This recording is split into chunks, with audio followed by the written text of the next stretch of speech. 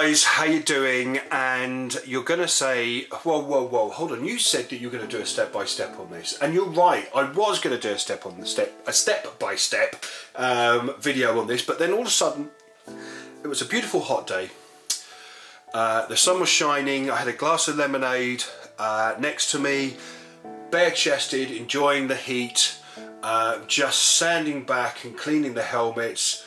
And it was just, I just got caught up in it, and I was enjoying it so much that it just reunited and ignited my love for doing movie props, that I just got on with it. That's what I did. I just had so much fun, and at the end of it I was like, do you know what, I should have done a video on this. I'm gonna kick myself for not doing it, but sometimes you've just got to get in the moment, and once you're in it, you're there. So enough of me making excuses, let's look at this and let's talk about this for a second. Well, the helmet's made by NME Props. It's a beautiful piece. It's called the Stalker helmet. It has, I mean, I'm speaking for myself here. I don't know if the creator had any influences other than the Boba Fett helmet and the Clone Wars and stuff like that, but it has resemblances to the Mandalorian palace guards. When you turn it sideways like so, and you look at it like that, from the animated cartoon series, it has obviously the influences of Boba Fett with the Stalker design, with the targeted device that comes down. It has a clone trooper look about it, which is absolutely fantastic. But this is a beautiful, beautiful piece. Now, I've really thoroughly enjoyed doing this. I'd love for you to be as excited as I am over it, because it was just unique and exciting. Now, there's many, many helmets just like this. In fact, there's 91 of them, maybe more. But this one's mine. This one's not like anybody else's, except if they watch this video and colour it up exactly the same. But I literally did this. So I primed it using a grey primer, used Halford's grey primer. If you don't know who Halfords are, they're a car sort of maintenance supply chain over here that sell tents and bicycles and stuff like that, and tons of car accessories. Now, I wanted to hit it with car paint for the pure reason that I needed something for the acrylics and other paints to stick to. So I ended up just sort of like with a bucket of water, wet and dry sandpaper, just sanding it back. It had like 3 coats of primer, maybe 4 coats of primer, before I added Audi aluminium silver. Now, I looked for all different types of silver. The silver that I went for was a middle of the road, not too chrome, not too gunmetal, but it was a kind of middle of the road kind of look, and it was just beautiful. And once I'd sprayed the entire helmet, I was like, you know what, I might just keep it like this, but I didn't. I actually sat back and I went, you know what, I'm now going to use AK Interactive's heavy chipping solution. I sprayed it, I gave it a couple of coats, so it's a nice thick coat, and then what I did was I hit it with Minotaur Lagoon Blue. Now, I love the Minotaur range. They're beautiful paint, strong in pigments, and it was a real hard decision to choose what colour to go for. I mean, I was going to go green, I was going to go black, I was going to go red, but in the end I just went blue, because I've got a character on the Star Wars online game at the moment who's a bounty hunter who has blue and white armour, so I kind of went for that basically.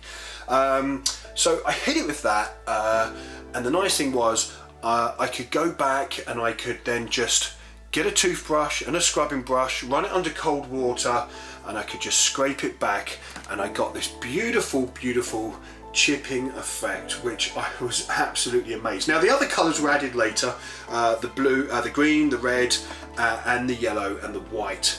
And then I did exactly the same with that. Before those were put on, I sprayed it again with chipping solution, and then hit it with those colours, scraped it back, started getting through the paint layers, thanks to the chipping effect, and it just gave me a really, really strong Star Wars worn look about it. So I was really, really excited about it. So the next step for me was then to look at it and go, I'm going to add a bloody hand on the front of it. Now, it's one of those things where you do it or you don't do it, because if you do it and you're not happy about it, it's going to be a real trouble to get it off, and it's going to be a pain in the ass to get it off.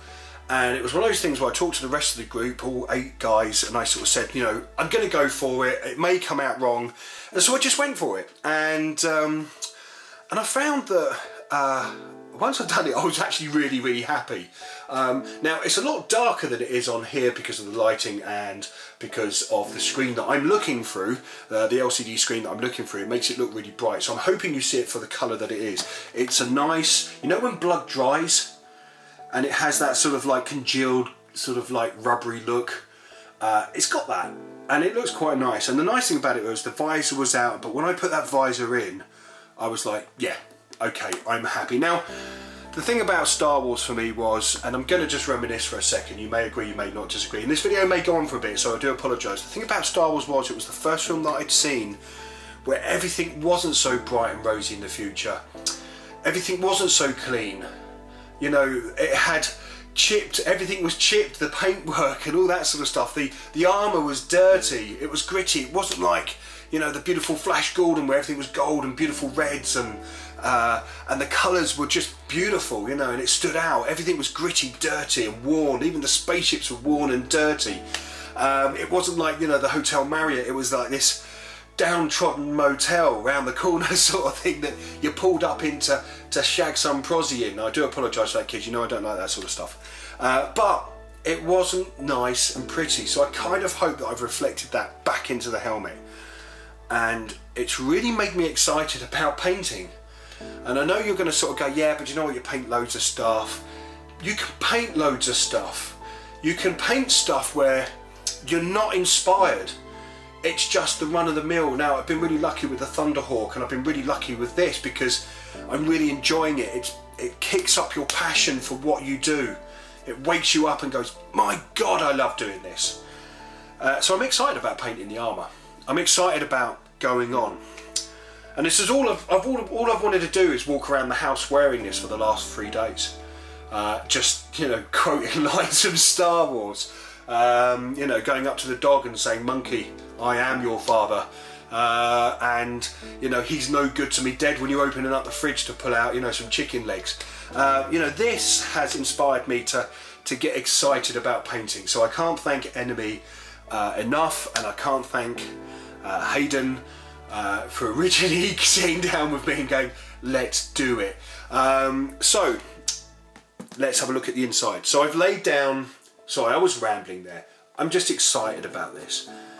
I've laid down inside the foam padding. Now, I got this off eBay. There's a guy that literally just makes foam padding for helmets, which is fantastic, and he does all sorts of helmets from different movies and stuff like that, the interiors for.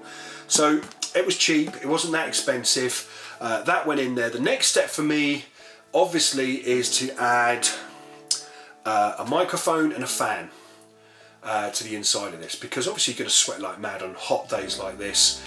You need a fan in there, and it stops the visor, even though I've made little air holes in it, and I've got to get some like material gauze to stick in the inside where there's holes and stuff like that, because it would just help. You know what, I've used tons of AK Interactive weathering stuff on this, even down to AK Interactive's rush streaks, and then getting a cotton bud and just cleaning it up. I mean, you can kind of see it, you know, around there, around the insides, the edges and stuff like that. It just brings the helmet out and makes it that much better. You know, even that, I mean, just adding a little bit of detail, you know, to the interior there just makes it look so much better. I mean, and there as well. I mean, you just got to look at the chipping effects. Now, no doubt I'm going to get some haters on this. No doubt some people have thumbed this down, but I'm excited about doing this. And I've not been excited about painting for a long time. And I've got a few projects that are coming up that I'm just really, really excited about. I've got a project for Kev that I'm doing for him. I've got the Thunderhawk. I've also got a very exciting project that I'm announcing in the second week of August, and it's possibly going to be the most amazing thing I've ever had to build. And so we'll be looking out with that, and I'm doing that with a number of companies. and it's going to be really, really exciting. We've still got the visit coming up to the adults toy shop of all toy shops, where we get to roam around all day looking at the most amazing movie props ever made in history. We've got tons of stuff coming up. We've also got a competition coming up for the next and last Cromlech video, so look out for that, because there's a chance there you could win everything that we've shown so far in the 4 vids, or 3 vids so far. But I've got to say, this has made me very, very happy. So guys, you be good, you be safe. I'm really sorry this video's gone on, but I will see you very, very soon. Be good.